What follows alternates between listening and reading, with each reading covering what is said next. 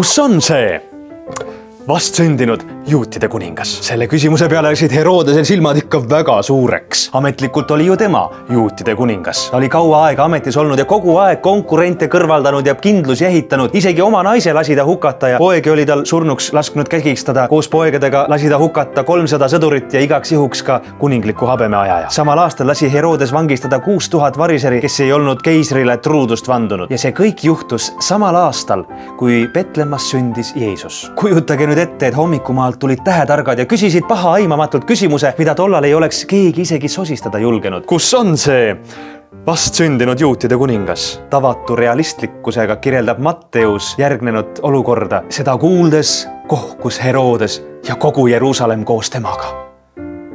Selline on maailm, kuhu Jumal läkitas oma poja, et meid päästa. Ta tegi seda, et ka sina võiksid pääseda patu, kuradi ja surma käest ja pärida igavese elu.